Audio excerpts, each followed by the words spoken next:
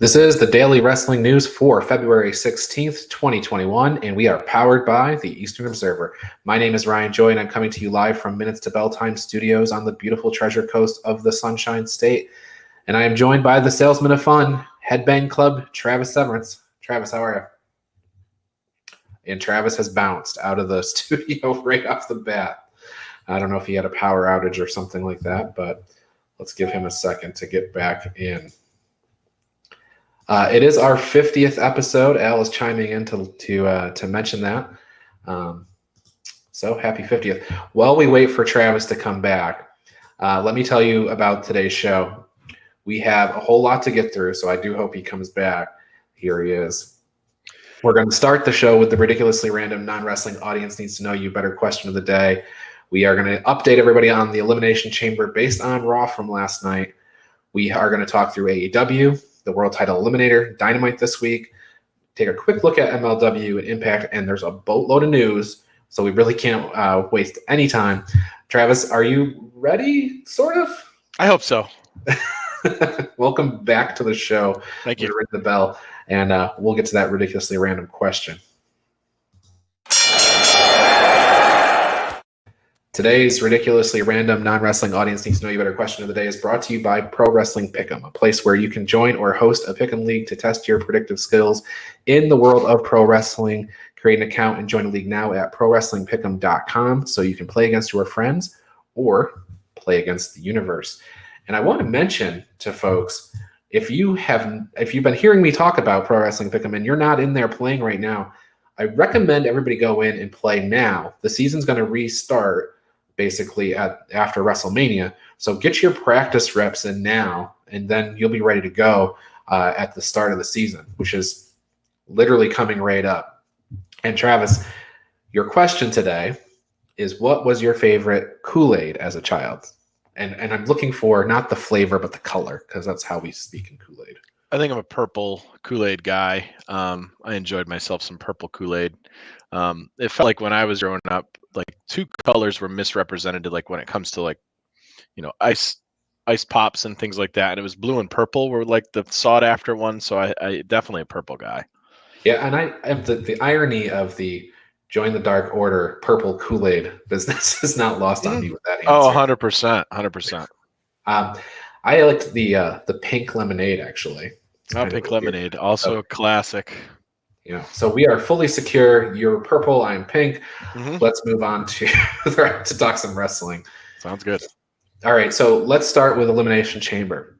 We haven't said it yet, but I just fired off an email to my partner here, Joey Jarzenka, to help us schedule an Elimination Chamber post show this weekend. So we're planning.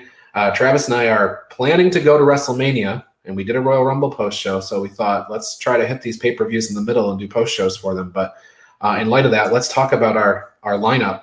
I'm ready. And we had some weird stuff on Raw that kind of changed things around. Drew McIntyre is still defending the WWE Championship at Elimination Chamber. He's going to defend against Jeff Hardy, AJ Styles, Randy Orton, Sheamus, who will, by virtue of winning the gauntlet match last night, enter last, and now Kofi Kingston instead of The Miz. Yeah, and I'm not a Miz fan, so Kofi is an upgrade to me in that match. Hopefully there's some kind of a story that comes out of that, or I think to me it signals that we're probably finally going to see the cash in. I think we've only got maybe four matches announced on the card right now and stuff, so maybe they'll fill out a little bit more of that for SmackDown. I'm okay with Kofi. I think Kofi's a great wrestler. I think the only thing about Elimination Chamber that's a little strange to me is it's hard to find the story in the match. Like, it feels like going into other Elimination Chamber matches, we had some more rivalry aside from last night we went through the gauntlet match and a whole bunch of people wrestled each other, and these guys have all, danced with each other within the last 4 or 6 months on the show. But not a lot of heat outside of the Sheamus Drew stuff specifically. I mean, Randy and Drew obviously have, gone back and forth a billion times and stuff, but it'll be interesting to see how the actual match goes off. Yeah. The stories with, at least on the Raw side of things, is sort of tangential to the Chamber. So the Chamber match is for the WWE Championship. Meanwhile, Randy Orton is really basically in a feud with the Fiend, right? Yeah. Actually, I should say he's in a feud with Alexa Bliss. Yep. So we're probably going to have some intersection of that occur at Elimination Chamber. Yeah, he might get pulled through the pod or something like that, or we might see the Fiend pop up a la Shawn Michaels from a couple of years back from underneath the chamber itself. Like, I gotta see that coming. Like, yeah, and then you have the Kofi and Ali thing. Kofi and Ali would be great. I'd love to see it, man. I really wanted Retribution to come out after he got eliminated last night and beat on him and have like a real thing and like really push this story and stuff and build and give me a fast lane something or other, and then give me a nice Mania Kofi Ali match to showcase two really good wrestlers with some story behind it. Yeah, and I think this match will service that story in the sense that we may not hear anything from Ali until Monday, but this is like, okay, Kofi's getting another opportunity, another one of the opportunity that should have been mine type of thing. So I think it's going to service the storyline in that way. So again, sort of tangential to the chamber itself. Yeah, and the only thing I think I would say about that is it would have been really nice if we had seen that set up, even just a spot interview last night with Ali pissed already. Yeah, possibly. Yep. So another piece of weird business that occurred on Raw last night is that tag match, Charlotte and Asuka versus Lacey and Peyton. Lacey gets tagged in. She ditches and says, "I'm pregnant." Ric Flair celebrates because I guess he's going to be a dad again. Now, in real life, it has been confirmed by multiple sources that Lacey Evans is in fact pregnant. Nobody has said on the news, in any of the news sites that I've read, that Ric Flair is in fact the father. That would be weird. But if Lacey Evans is in fact pregnant, one would have to assume they're going to have to rebook the match with Lacey versus Asuka on Sunday. So as of yet, that has not been done. It's still featured on the Elimination Chamber show website. So we'll see what they do between now and then. Maybe Peyton Royce will get slid in there to take her spot. Yeah, I'm not sure how much time they had to work with or whatever, but they obviously put together this segment to say that that's what was going to happen in the no contest match and stuff.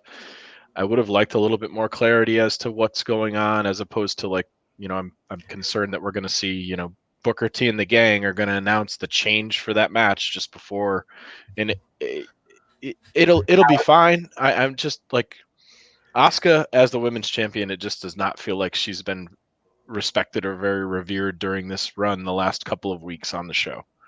Now, it's funny, it's a double-edged sword, right? Because in the past, we've said, where is my surprise in wrestling? Where is my surprise? Well, Rhea Ripley still hasn't been debuted. Maybe she's a surprise, here, and maybe she gets inserted, and then you set off the chain to go Charlotte, Rhea 2, or something like that.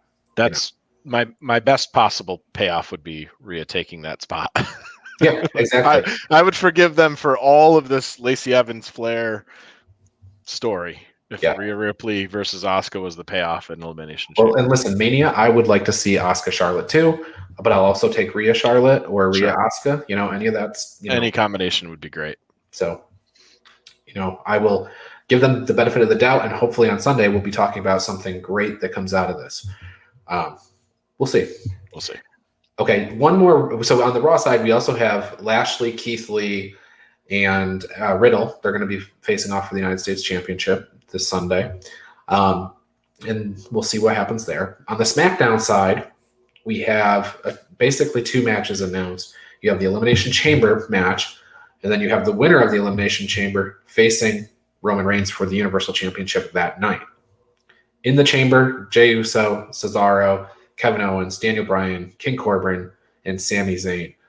The nice thing about this is if the person that leaves the chamber is not completely worn out and destroyed, all of those guys, Corbin, all of those guys except for Corbin, I think make a really interesting match with Roman Reigns. Sure. Yeah, the Roman Corbin. I still can't get the dog food out of my head when I think of the two of those guys together. So I would agree with that assessment. I think it'd be an interesting match. I mean, Sami Zayn is going to have to play the chicken shit heel basically if he's going to wrestle that match. But yeah, everybody else would make a great match. I'd love to see Cesaro pop out of there as a surprise, and then we could do something with Bryan and Roman later.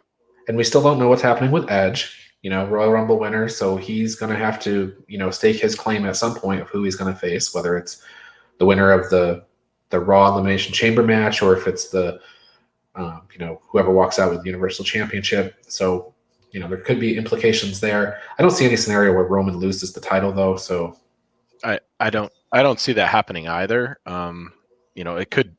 I guess my only hope is that it isn't one of these Jey Uso wins the chamber and just rolls over. Finger pointed Pelka Doom type of. Yeah, that's the only thing. I don't think it's going to be that. But we got a whole bunch of tag team belts that are flying all over the place, and no matches for that yet to go. So they have to fill out this card a little bit. Last year they obviously had they did the unique tag teams in the chamber. Yep, which was kind of cool. So it would be nice if we see, some kind of announcement regarding some more matches. Hopefully that comes up.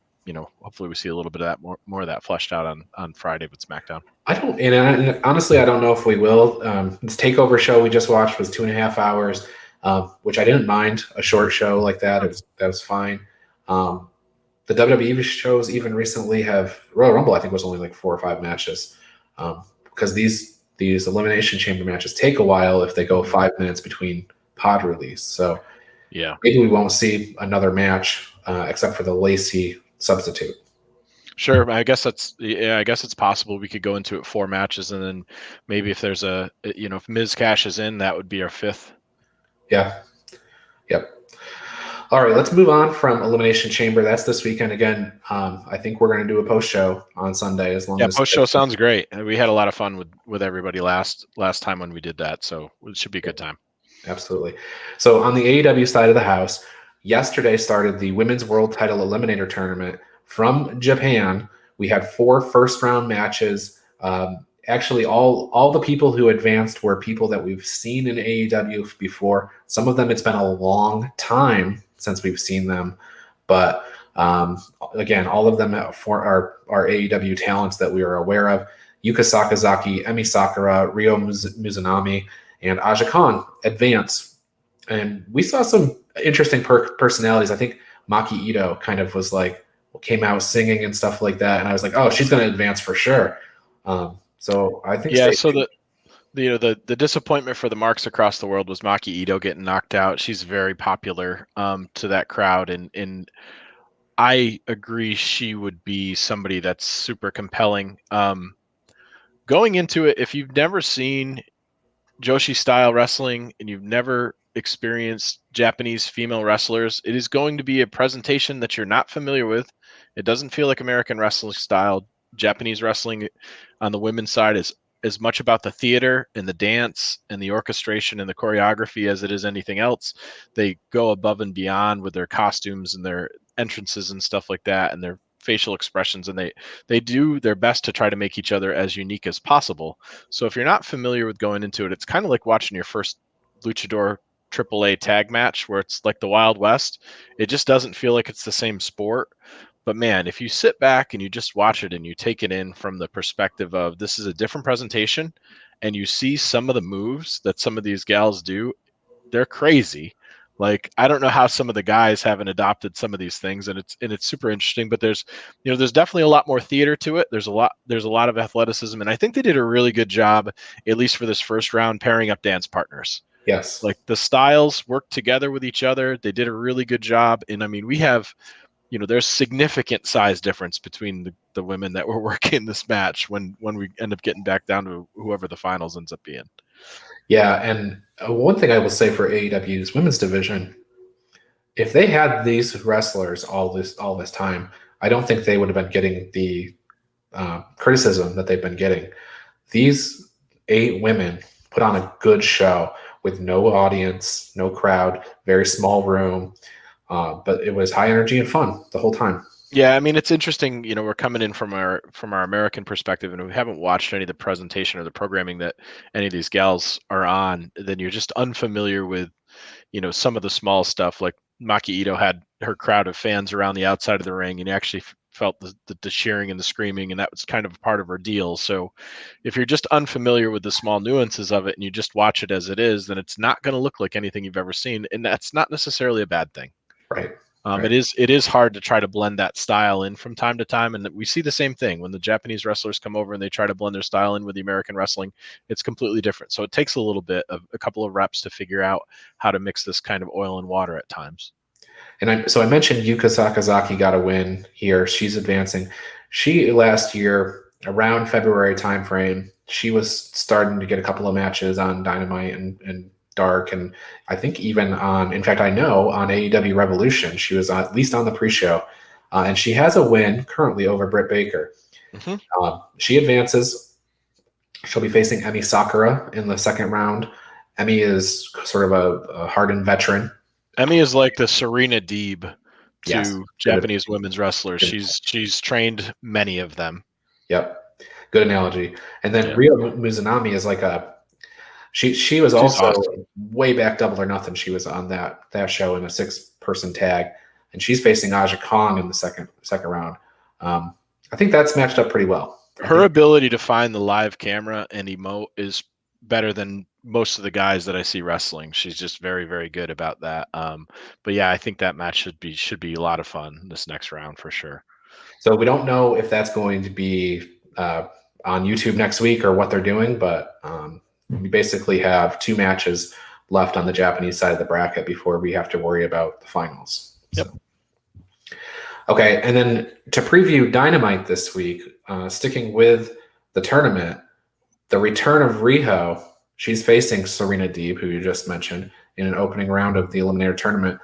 And this is kind of hard to call. I like the idea of Riho coming through and winning here, and then that sets up, she can lose later on in the tournament, but it sets up a Riho Serena Deeb title match. A lot of good opportunity here. So. Yeah, I mean, both of these women can wrestle. Obviously, Riho, the first AEW Women's Champion, and Serena Deeb, just a veteran in the ring and stuff. We are going to see that size difference that I was talking about. Riho is about 11 pounds, and Serena Deeb is a pretty imposing woman as far as wrestling goes. But it should be a good match. I think both of them, can. Riho obviously can wrestle up. She's very small, and Serena Deeb can wrestle down. So it should be interesting. It isn't. This one isn't as obvious. I felt like I was pretty comfortable looking at the Japanese 4, and Maki Ito was the only one that I got wrong because I thought they would go in that direction, but it didn't surprise me because of the previous work that Ryu had done before. So this one is a tough one. This is a coin toss for me. Yeah. So Sting's going to be calling out Team Taz here again. Build for AEW Revolution. Likely to get interrupted. We'll see. Yeah. And are they still? Is Darby still being dragged behind that truck? Hopefully, we find out. Well, hopefully they bring him back to Dynamite this week. If that's the case. We have an 8-man tag: Matt Hardy and friends, Matt Hardy, Private Party, and Hangman Page versus TH2 and Chaos Project. You know what? This might be a fun match, but I think it's pretty clear that Hardy Party is going to win. So yeah, the newly signed Hangman, or did Hangman newly sign Matt Hardy? We'll see. Yeah, I'm hoping that Luther picks up Jack Evans and uses him as well. I think that could be fun. So. That would be great. FTR versus Matt and Mike Sydal. So the debut of Mike Sydal on Dynamite this week, probably an FTR win here. Yeah, I would say they're really trying to get Matt Sydal over, who's is a fine wrestler. But I've never seen Mike in action, so this will be interesting. Yep. Announced after Dynamite went off the air last week is Jon Moxley, Rey Fenix, and Lance Archer versus Eddie Kingston, Butcher, and The Blade. That Moxley side of the house is just like plug a guy in, plug a guy out. We'll see who we can get. But yeah, they're like, can we grab every lone wolf we have and throw them in? And Phoenix has been without Penta and Pac for a little bit, and that is an interesting threesome. And Kingston obviously has beef with all those guys, so from that perspective, it was Kingston that called TK for the match, so I can see why he would want an opportunity to beat on all 3 of those guys. How that team ends up going, I don't know. I was wrong last week. I thought the 3 on the Moxley side performed pretty well together, and I don't think we saw any miscues from them. So maybe we'll see a little bit more of that. I don't know. It's nice to see Archer. Hopefully Archer comes out and he wrestles the way that he did last week, because that was the Lance Archer that I wanted to see from the time they signed him. And Phoenix if they keep putting Rey Fenix in the main event and giving him that spotlight, it won't be long and people are going to be all over him and wearing the Phoenix gear and stuff like that. Yeah, if you haven't had a chance to see him, he's such a treat. Like, he's just absurdly good. And the final match that I've been kind of working around here, the inner circle is somewhat in disarray. Sammy Guevara has left.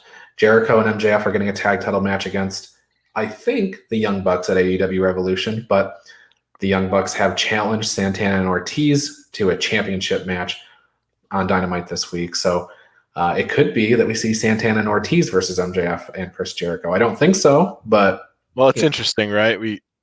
Did the Bucks really challenge Santana Ortiz, or did the Good Brothers really have the Bucks challenge Santana Ortiz?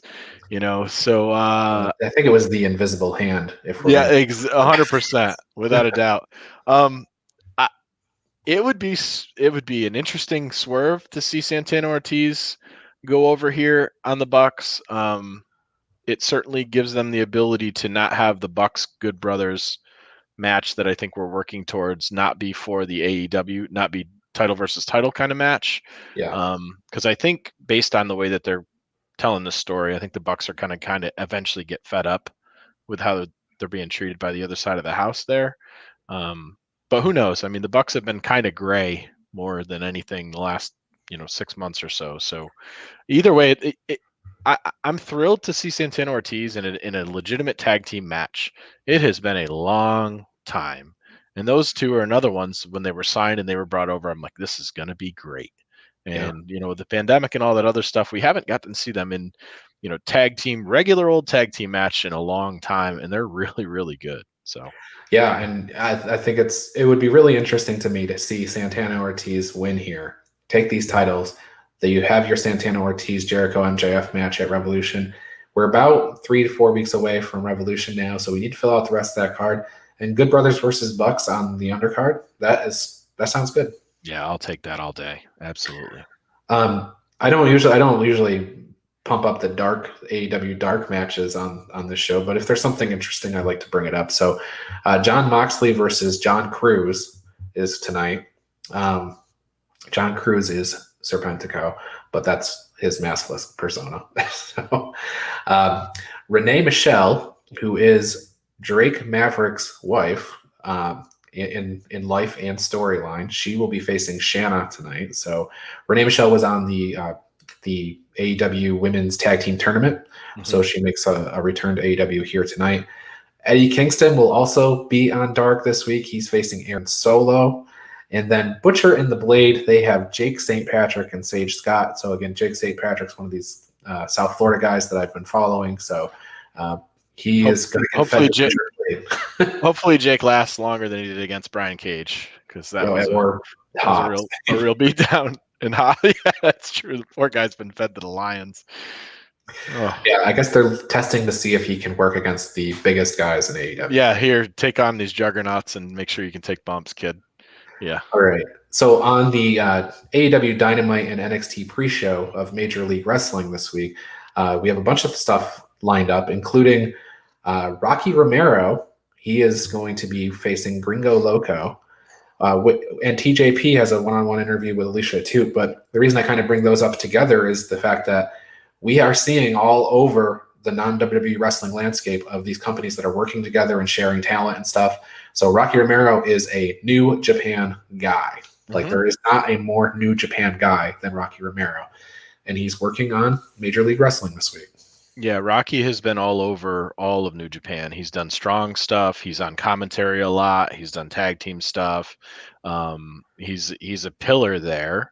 So to have him on this show is super interesting. And if you haven't gotten a chance to watch Gringo Loco, he is like a masked Kevin Owens. Good analogy. He wrestles a similar style. He's a bigger guy like that. He looks like, some guy you just bump into walking down the street. This just looks like a normal guy, but his performance in the ring is very, very similar to Kevin Owens. And Rocky kind of wrestles a medium style as well. So it's an interesting match for sure. Seeing New Japan on MLW, man, they're all over the place. So apparently the new direction is we're going to, kind of play this game of Risk, and we're going to put our pieces on every thing that's got a TV deal that we can. So smart move by them. Yeah, and if all these relationships are working, then I think it's great. And if they get some talent exchange for their U.S. show, Happy days. great. Yeah. I don't know what an Azteca jungle fight is, but we're going to see Mil Muertes versus Savio Vega in an Azteca jungle fight this week. So Yeah, I mean, MLW likes to call, like we had the Baclay Brawl 2 weeks ago. They just, and this is not uncommon. This is the thing to do now, just come up with these crazy names for matches. So I don't know if Savio Vega and Mil Muertes are doing this through a jungle. They've got machetes. We'll see. Like, it certainly doesn't sound like it's a match that's inside the ring. So it'll be interesting what the setting of this thing looks like. And Mil Muertes is great, and Savio Vega is Savio Vega. And sort of here's the what I think is the main event of this show, which hasn't got probably the press that it deserves, is Low Key versus King Mo. Now King Mo, he's known for outside of pro wrestling for as a legitimate fighter, but and Low Key, long mainstay of the wrestling scene, a Major League Wrestling guy for a long time, Ring of Honor before that, and Impact and everything. So King Mo probably isn't the most skilled wrestler, and it's probably going to be somewhat of a shorter match. So maybe that's why it's not being, pumped up so much, but it's at least should have garnered some outside interest, I think. Yeah. So the last time these two went at it, King Mo destroyed Low Key, and Low Key is known as a tough, stiff wrestler. And King Mo just really took it to him. Not quite King Mabel. There's a different shape to King Mo. And he kind of left Low Key lying. So a couple of weeks ago, we had King Mo give a promo that basically said, "Hey, Court, you might as well take Low Key off the roster page. He's done. Yeah. I think he's still in a coma after this months of this beatdown. So I think we're going to see a different Low Key. Not that he's very expressive outside of angry all the time, but it should be a good match. Yeah, that was last February in Philadelphia, and I was there for that. Nice. It was a quick, short match, but yeah. Yep. Okay, so that's Major League Wrestling. Tuesdays are full, so I want to go back to Tuesday. We have a new show in the world of Impact that's debuting tonight at 7:00. So now, starting at 7:00, you've got CCW Live, AEW Dark, and something called Before the Impact, which is starting tonight on Access TV. We're going to have Taurus and Crazy Steve versus Triple XL on that show. So, which is an interesting. That's it. I'll be interested to see how they kind of line that up. I know before that they used to run old pay-per-views, then they do the Impact show, and then they do another pay-per-view that had some sort of relevance to the one that they ran before. I am excited about the possibility of us seeing Black Taurus and Crazy Steve versus Jurassic Express. That sounds fun. So if the horns grow back on the the Luchasaurus versus the Black Taurus, I think we could see that happening for sure. And Crazy Steve and Jungle Boy would be great. So hopefully that's a tag team match that we'll get to see in the future. Well, as we say, put out in the ether. So now it's up to the promoters to do. There you go. TK, I know you're listening. Make it happen. We're not looking for royalties or Nope. any creative Nope. kickbacks, but that's it. Josh Alexander, he got his win this past weekend, and he will be facing TJP for the X Division Championship tonight. So that should be a good match. I don't know if it's going to be the end of TJP's reign, and they're going to push Josh as a singles guy. I think we have to wait and see, but it's interesting. They could do it. I mean, Josh is a fine wrestler. I think he was, it'll be interesting to see how his singles run goes. I think I'd love the North as a tag team. I think that's a meat and potatoes tag team. And when I'm saying that, I'm talking about guys like FTR. They just, some wrestlers are tag team wrestlers. So I'm interested to see how Alexander does through this. And I'm not sure if we'll see a title change or not. I mean, we had 2 pay-per-views last weekend with no title changes whatsoever.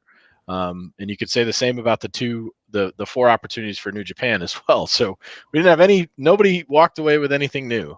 So if they decide to change it on TV, then that'll be interesting. Josh Alexander would be somebody that it would certainly give him a big push in his singles if they did decide to do that. So Yes, and the other match they have tonight is Willie Mack versus Davari versus Trey Miguel versus Suicide. But the big thing that's happening tonight that I think is the most interesting, we've talked about companies working together. Juice Robinson and David Finlay will be in the Impact Zone tonight. Yeah, which that's exciting. So, Impact doesn't always draw me in all the time. I've watched a lot more Impact now recently than I had in the past. AEW has been a big part of that. And if you're not familiar with Juice Robinson, he had a run in That's not a bad comparison. Juice Robinson actually had a run in NXT as CJ Parker. You might have remembered him with the kind of long hair. He was in NXT. His last match there was the 29th of March, 2015. And he's been a staple New Japan wrestler since September of that year. He's done a handful of ROH shows. David Finlay's done a handful of ROH shows as well. But Juice is a great wrestler, and David Finlay can really go. So having the two of those guys there to wrestle on the show is a big get. Yeah. They're great. Yeah, David Finlay, the son of Fit. I'm going to call back to that comment that I put up about Josh Alexander from Al Carl, who's sitting backstage. Impact's version of Big E, new champ tonight. Calling for a new champ on Impact Wrestling tonight. Well, we didn't see it, like you said, on the shows this weekend. Maybe we see a bunch of titles change this week. Yeah. So that could be the first one. All right. So we have a pile of news. I know we're in overtime already, so that's typical for us. So let's get into the news so that we can get out of here at a reasonable time.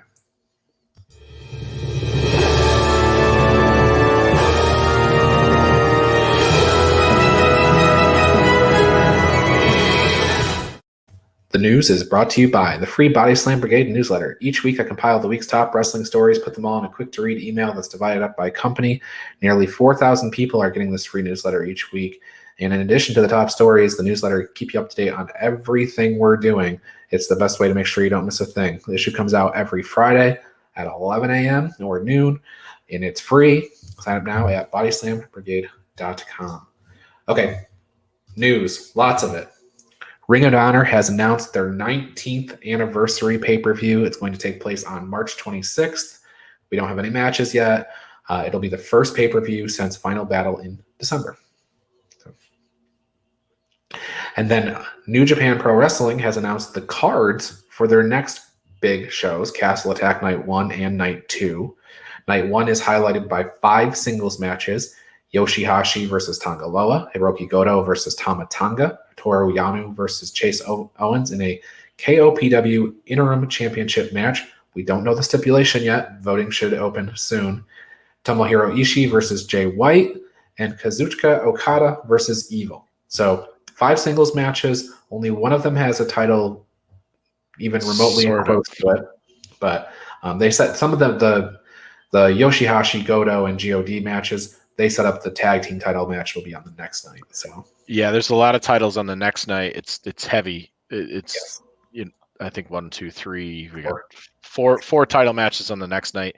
This day one is just grudge matches that have been bubbling up for the last couple of months. The road to all of these singles matches are where people have taken a pot shot, and you're finally going to get the payoff in a non 8-man tag match or anything like that. So it should be a nice. It's rare that we see this from New Japan, just singles, but it should be a nice lead into day 2, which is the big day. Yeah, that Ishii Jay White, we've been waiting a year basically now. I mean, they made it feel like a year. Really, it's been since January 5th or so, but right. They've talked about how their rival really started back in G1 time. So it's been a while. Absolutely. You mentioned 4 title matches, highlight night 2. Yoshihashi and Goto versus God for the IWGP Heavyweight Tag Championships. Tanahashi will be defending the Never Openweight Championship against the Great Okan. So Empire has an opportunity to get some gold. Chance. Hiromu Takahashi defends the Junior Championship against ELP, who you're sporting the shirt today. So make sure you wash it because you're going to want to wear that. I'm going to need it when that show goes off for sure. And then Kota Ibushi versus Tetsuya Naito for the Intercontinental Championship only, not the double championships. Yeah, big show. Joe Hall in Osaka is a big arena and stuff like that. This should be a lot of fun. 2 days of good wrestling. Yep, and that's later this month, so it's not relevant. Yeah, we got a couple of weeks towards the end of the month. I think the 27th and 28th, or 26th and 27th, somewhere's in there. Yeah, we have a million tag matches to get there. There's a lot. Yeah, the road to get to Castle Attack is, paved in multi-man matches. Yes. All right. So additional news: we have 3 WWE signings to talk about. Longest reigning Knockouts champion Taya Valkyrie signs with NXT. Former Impact World Champion Eli Drake signs with NXT, changes his name immediately to LA Knight. And former Evolve star Harlem Bravado also signs with NXT. I'm not as familiar with him, and my notes even say that he sings with NXT instead of signs, but I believe he is actually going to be wrestling for them. If he sings too, he's taking a page out of Maki Ito's book, and I'm all for it. Or Tai Chi. Yeah, or Aiden English. English as well. We have a history, but to me, the most interesting one is Taya Valkyrie. I was surprised that it's NXT. I thought she could have AJ Styles things and gone straight to the main roster, but it's not the way. It's not the way WWE does things typically. So I would have loved to seen Taya in the Elimination Chamber against Asuka right out of the gates. Let's hot start. Let's do. There's a handful of people now that have gone through NXT where I was like, man, I'm not sure if they had to start their career there. And then there's a bunch of people that skipped the line, and I'm like, kind of surprised that they got to skip the line, like Dominic Mysterio. So yeah, she's phenomenal. If you haven't had a chance to see her, she's very good. That's a big get. And Eli Drake, who is now LA Knight, he is a guy who, he's going to be in great shape. He's a fine wrestler, but it's his mouth. He is a great, great talker. And as good a talker as he is in front of the camera, it's his mouth that's gotten him in trouble in the past and probably why he didn't have a longer-term WWE run. So good for him, though, to get this, and hopefully he makes away with it, and it's a great start for him. He was one of the big guys that they were building the NWA around. Billy Corgan was building NWA around, and he basically picked guys that could talk. Billy. With good reason. I mean, if nothing else, NWA with that studio style, there's so many people that had great mic work that have come. Eddie Kingston, Ricky Starks, just great mic work. And I'll tell you, if there's anything that NXT is missing, it's not the bell to bell, it's the promo stuff. Yep. So yeah, they need somebody with a mouth that can actually talk. And Eli Drake is in great shape. He can wrestle any style you want, and he'll be good on the microphone too. So that's a good re-signing. Yes. Also on TV tonight, Young Rock debuts. So I think if you are working in the wrestling industry or doing news or what I'm doing, trying to do what I'm doing, you can start your day at 7 p.m. tonight, 6 p.m. with the Essential Wrestling Podcast. And you can watch or listen to wrestling content basically until morning. So Young Rock, it's a half-hour sitcom. John DeConnie and I will be talking about it on tomorrow's show. Should be fun. Hopefully it's fun. I'll watch anything The Rock's on, I guess. So hopefully it does better than the Go Big Show. Hopefully, although I like that too. Progress Wrestling makes a return this weekend, 3 p.m. Eastern on Saturday. This is chapter 104 and the first ever event of the pandemic era.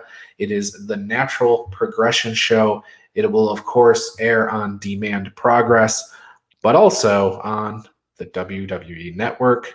Cara Noir defends the Progress World Championship against Dan Maloney. I have Gary Mahaffey from the Essential Wrestling Podcast. He'll be on the show later this week, and we have a special guest that day. So I don't know if we'll get a chance to talk about Progress, but I hope so. At some point, Gary and I can have a conversation about this. This is fun. Gary's a big signing, so yeah. He's certainly going to help out with the Progress Wrestling. He brings a whole new demographic to the channel and stuff like that. So it's good to have him as part of the lineup for sure. Yes. I have watched probably the first 10 chapters, maybe even more of Progress, but I'm a little deficient on the last 95 chapters. So I need some help from Gary. Well, he would certainly be the person to turn to for sure. Yeah. He's like the Chris Carlton of New Japan Wrestling, but for the UK stuff for us Americans that are uninformed for sure. I'll announce our special guest tomorrow. Sammy Guevara was supposed to appear on Impact and be a part of the last set of tapings. Apparently, there's some drama between Sammy and the ideas. Things fell apart. He's not there. There's rumors of him having heat with Tony Khan now. Whatever. That's, part of it's rumor, part of it's news. Well, I guess the news part is he was supposed to be there and he's not. So after that, it's up to you to decide. Yeah. Okay, in the world of Florida wrestling, I'm going to skip the bumper because we've got so much to talk about. But the South American Alliance faces Carlito and Eddie Colon for the CCW Tag Team Championships on CCW Live tonight on YouTube at 7 p.m. If you haven't already got a full lineup for tonight, this is fun. I was there. I posted a picture on Facebook. The Carlito spit on me. So this is the match that I saw him at. So it was before he made his debut back at the Royal Rumble. Fun show. If you want to see what CCW is about, because we have a lot of these guys that have come on, including Ariel Levy yesterday. Go watch that interview with Ariel Levy from yesterday. He's going to be in this match against Carlito and Eddie Colon. So nice. That's on tonight. WrestleCon is making a kind of a smaller con this year for WrestleMania weekend. So far, they've announced Ted DiBiase, Lex Luger, Sergeant Slaughter, and Ron Simmons for the scaled down convention.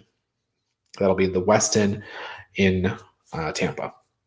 Seen most of those guys before. I was actually in a ring with Ted DiBiase at one point. I saw Sergeant Slaughter live as well, and the other two were both at StarCast. So yeah, Ron Simmons' interview at StarCast was great. It was kind of like a precursor to the good APA Untold that was on this week on WWE Network. Very good. The GCW announced and began selling tickets for the Collective 2021 WrestleMania weekend, April 8th through the 10th. It's probably a good time for us to mention that Travis and I will be attending the Collective events, at least most of them. They are actually competing with WrestleMania Night 1, so we may miss that one. But Josh Barnett's Bloodsport 6, Joey Janela's Spring Break 5, and 10 other shows. So Effie's Big Gay Brunch, just a bunch of stuff to go see. So it's going to be fun. Every wrestler in the world will be in Florida that isn't in Japan. So yeah, exactly. All right. All that aside, we got to do trivia. Are you ready? You know I am. All right. So last time I gave you a recent Elimination Chamber, and you're like, oh, I started at the beginning. This is the second ever Elimination Chamber match. Did you watch number 2? Okay. We'll see. The second Elimination Chamber took place at this annual WWE event. Was it A, Survivor Series, B, Royal Rumble, C, WrestleMania, or D, SummerSlam?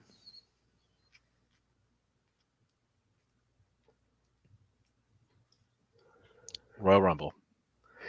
It was SummerSlam. Perfect. Yep. There's 5 questions, though, and if it's simple majority... I've got 4 more to get wrong. Yes. Okay. So you're 0 for 1. I should mention... It was SummerSlam? It was SummerSlam, yeah. 03. SummerSlam 03. 03, okay. And you were in the lead until John Smith came around. Way ahead of Al Carl. Yeah. Okay, so this championship was on the line in the second Elimination Chamber match. Was it A, the WWE Championship, B, the Universal Championship, C, the World Heavyweight Championship, or D, the Intercontinental Championship? A. Nope, it was the World Heavyweight Championship. Was that B? C. It was C. World Heavyweight Championship. Okay. The defending World Heavyweight Champion was A, Triple H, B, Bill Goldberg, C, Kurt Angle, or D, Brock Lesnar? Triple H. It was Triple H. Okay, 1 for 3. Run the table, and you'll get a Oscar award here. Okay, the 6 men in the Elimination Chamber were Triple H, Bill Goldberg, Shawn Michaels, Randy Orton, Chris Jericho, and this man. Was it A, Eddie Guerrero, B, The Undertaker, C, Kane, or D, Kevin Nash? Kane?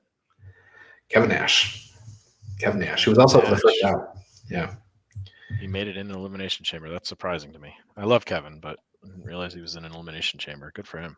Well, he came back and didn't last. First out. Sure. I'm not surprised. His knees are bad. So Triple H won the match. He last eliminated this man to retain the World Heavyweight Championship. Was it A, Randy, B, Bill Goldberg, C, Kevin Nash, D, Shawn Michaels, or E, Chris Jericho? Let's say Chris Jericho. It was Bill Goldberg. right. So, hey, you got one today. 155. You got one today. So, All right. you know, We're just going to continue to add to my total. I'm starting to wonder if that's actually what you're going for, is the full on Hawkins gimmick. I'm actually playing golf, and everybody else is playing basketball, so it's okay. Very good.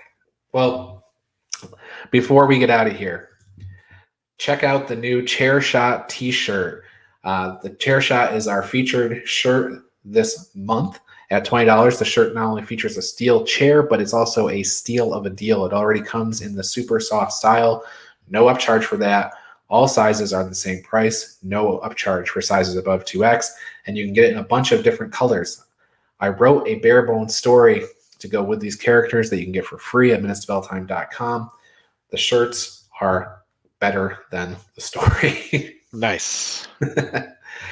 Join Joey Jarzenka, Ian Schreier, and Rob DeLuca on Friday nights for the Primetime Rundown. We take you through the world of sports, and our show kicks off at 6 p.m. on the Eastern Observer. And this week, we have episode number 41 of the Essential Wrestling Podcast returning. Al Carl will be hosting. John Smith will be there. I will be there. John DeConi will be there. And Gary Mahaffey for another week of updates and highlights in the world of wrestling. Coverage begins at 6 p.m. tonight, Tuesday, on the Eastern Observer. So again, Tuesdays are your jam-packed day. Our show, the Daily Wrestling News Show, returns tomorrow with John DeConi. We will be definitely discussing Young Rock and how that show debuts tonight, along with Impact and whatever else we can fit in before the bell tomorrow. So, Travis, thanks. It was a fun show today. Lots to talk. It did, yeah. And the only thing that I wanted to mention too, because I don't think anybody else will mention it throughout the week, is New Japan Strong this week. Looks pretty good. It's 10 o'clock on Friday night. The main event is Lio Rush, your double belt champion right now, against ELP.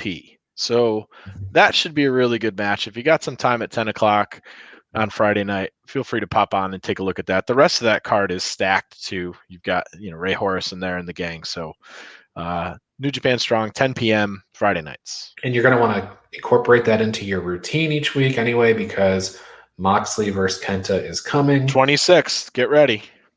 But if Lio Rush gets a win over ELP, and ELP gets a win over Hiromu Takahashi, Lio Rush could be going for 3 belts. Yeah, I mean, that's a lot. He's ahead of Kenny at that point, so Kenny's got some work to do. Right.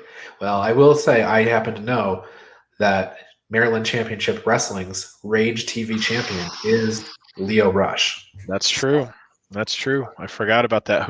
You forget about MCW during the shutdown, so that's right. There it is. Yep. They had a tribute show when they lost the Bruiser, and Lio Rush won the championship on that tribute show. So nice. All right, that is our show. Thank you so much for watching. Hope you enjoyed. We will see you tomorrow. But don't forget to watch all that stuff we mentioned tonight, including the Essential Wrestling Podcast, which kicks off at 6 p.m. I'll be heckling as normal. Thank you. All right. See you. Bye.